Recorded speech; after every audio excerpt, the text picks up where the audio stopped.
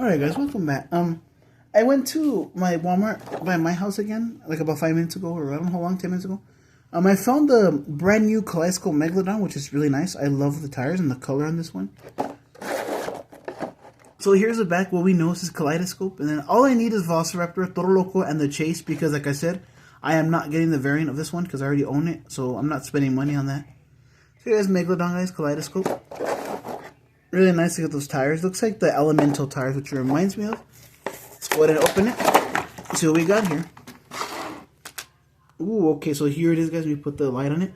Look how glossy that paint is. Look at that. I love the clear blue roll cage. Oh, the roll cage is gray. And it's blue see-through tires with gray rims and bead locks. See-through fins, guys, and the little kaleidoscope, which is, look at that. Looks like glass, which is nice.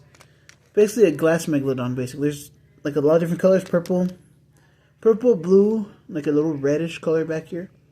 Clear blue chassis, blue tires. Megalodon Monster Jam logo. So yeah, pretty cool, guys. That's all I got today. Hopefully to get more soon. Like, subscribe, comment. You guys more unboxings coming soon. Peace out. Hope you all enjoyed.